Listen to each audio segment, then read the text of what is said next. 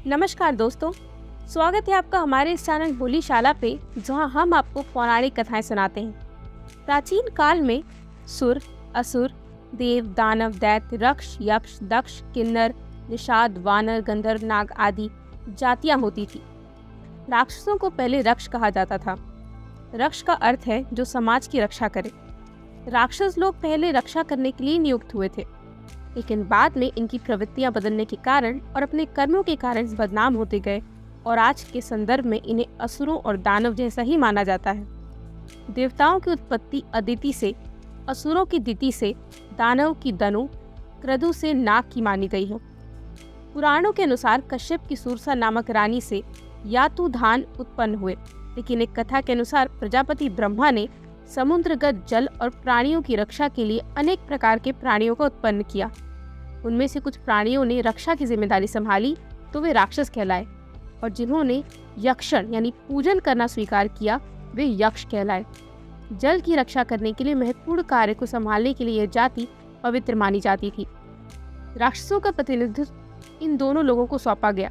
हेति और प्रहेति दोनों भाई थे।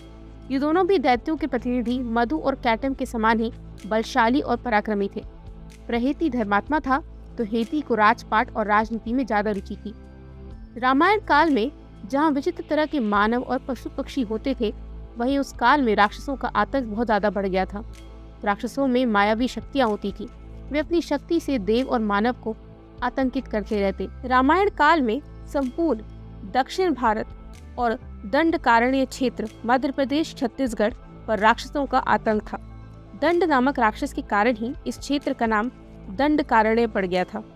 आइए जानते हैं रामायण काल के वे 5 राक्षसों के बारे में जिनका डंका बजता था उस वक्त। लेकिन उससे पहले आप हमारे चैनल को सब्सक्राइब जरूर करें। नंबर 1, रावण। माली की पुत्री कैकसी रावण की माता थी। रावण का अपने नाना की ओर झुकाव ज्यादा था, इसलिए उसने देवों को छोड़कर राक्षसों की उन्नति के बारे में ज्यादा सोची। रावण एक कुशल राजनीतिज्ञ, सेनापति और वास्तुकला का मर्मज्ञ होने के साथ साथ ब्रह्मज्ञानी तथा बहुविद्याओं का जानकार था।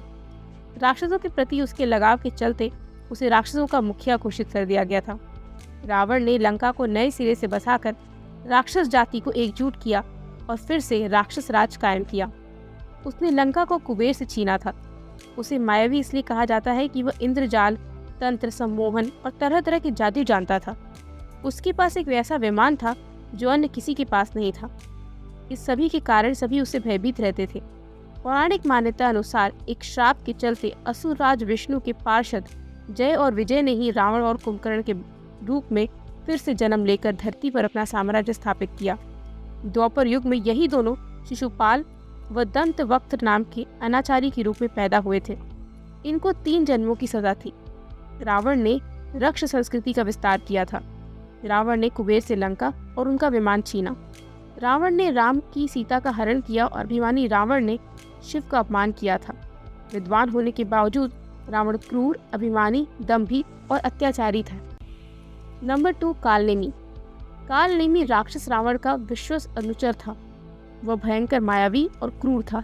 इसकी प्रसिद्धि दूर दूर तक थी। रावण ने इसे एक बहुत ही कठिन कार्य सौंप दिया था। जब राम रावण युद्ध में लक्ष्मण को शक्ति लगने से वे बेहोश हो गए थे, तब हनुमान को तुरंत ही संजीवनी लाने को कहा गया था। हनुमान जी जब द्रोणाचार्य की ओर चले तो रावण ने उनके मार्ग में विघ्न उपस्थित करने के लिए कालनेमी को भेजा। कालनेमी ने अपनी माया से तालाब, मंदिर और सुंदर बगीचा बनाया और फिर वहीं एक ऋषि का वेश धारण कर मार्ग में बैठ गया। हनुमान जी उस स्थान को देखकर वहां जलपान के लिए रुकने का मन बनाकर जैसे ही तालाब में उतरे तो तालाब में प्रवेश करते ही एक मगरी ने अकुलाकर उसी समय हनुमान जी के पैर पकड़ लिए। हनुमान जी ने उसे मार डाला। फिर उन्होंने अपनी पूंछ से कालनेमी को जकड़कर उसका वध कर दिया। नंबर 3, सुबाहु। ताड़का के पिता का नाम था सुकेतु यक्ष और पति का नाम सुंद था।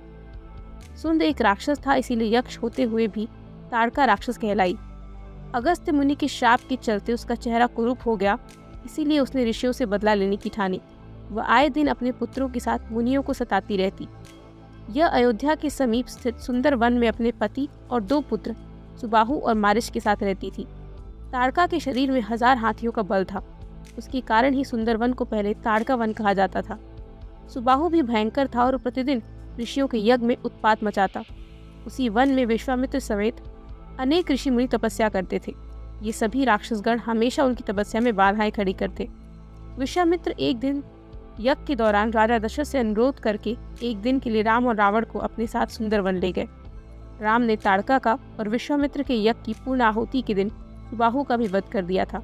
राम के बाढ़ से मारीच आहत होकर दूर दक्षिण में समुद्र तट पर जा गिरा। नंबर 4 मारीच।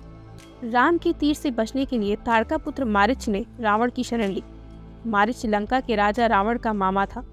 जब शूर्पणखा ने रावण को अपने अपमान की कथा सुनाई तो रावण ने सीता हरण की योजना बनाई। सीता हरण के दौरान रावण ने मारीच की मायावी बुद्धि की सहायता ली। रावण महासागर पार करके गोकर्ण तीर्थ में पहुंचा, जहां राम के डर के कारण मारीच छिपा हुआ था। वह रावण का पूर्व मंत्री रह चुका था। रावण को देखकर मारीच ने कहा कि राक्षस राज, ऐसी क्या आवश्यकता आ पड़ी जो आपको मेरे पास आना पड़ा। रावण ने गुस्से से भरकर कहा कि राम लक्ष्मण ने शूर्पणखा के नाक कान काट दिए हैं और अब हमें उनसे बदला लेना होगा। मारीच ने कहा, हे रावण, श्री रामचंद्र जी के पास जाने में तुम्हारा कोई लाभ नहीं है। मैं उनका पराक्रम जानता हूँ। भला इस जगत में ऐसा कौन है जो उनके बाणों के वेग को सह पाए। रावण ने मारीच पर क्रोधित होकर कहा, रे मामा, तू मेरी बात नहीं मानेगा तो निश्चय ही तुझे अभी मौत के घाट उतार दूंगा। मारीच ने मन ही मन सोचा, यदि मृत्यु निश्चित है तो श्रेष्ठ पुरुष के हाथ से ही मरना अच्छा होगा। फिर मारीच ने पूछा, अच्छा बताओ मुझे क्या करना होगा। रावण ने कहा, तुम एक सुंदर हिरण का रूप बनाओ जिसके सींग रत्नमय प्रतीत हो, शरीर भी चित्र विचित्र रत्नों वाला ही प्रतीत हो। ऐसा रूप बनाओ कि सीता मोहित हो जाए। अगर वे मोहित हो गई तो जरूर वो राम को तुम्हें पकड़ने भेजेंगी। इस दौरान मैं उसे हर कर ले जाऊंगा। मारीच ने रावण के कहे अनुसार ये कार्य किया और रावण अपनी योजना में सफल रहा। इधर राम के बाण से मारीच मारा गया। नंबर 5 कुंभकर्ण। ये रावण का भाई था जो 6 महीने बाद एक दिन जागता और फिर भोजन करके फिर से सो जाता, क्योंकि इसने ब्रह्मा जी से निद्रासन का वरदान मांग लिया था। युद्ध के दौरान इसी तरह कुंभकर्ण को जगाया गया। कुंभकर्ण ने युद्ध में अपने विशाल शरीर से वानरों पर प्रहार करना शुरू कर दिया। इससे राम की सेना में हाहाकार मच गया। सेना का मनोबल बढ़ाने के लिए राम ने कुंभकर्ण को युद्ध के लिए ललकारा और भगवान राम के हाथों कुंभकर्ण वीर गति को प्राप्त हुआ। दोस्तों, आपको हमारी वीडियो कैसी लगी हमें कमेंट करके ज़रूर बताएं। आप और कौन सी पौराणिक कथाएं सुनना चाहते हैं, आप ये भी हमें कमेंट बॉक्स में लिख सकते हैं। और हाँ, जाते जाते इस वीडियो को लाइक, शेयर और हमारे चैनल होलीशाला को सब्सक्राइब करना ना भूलें। धन्यवाद।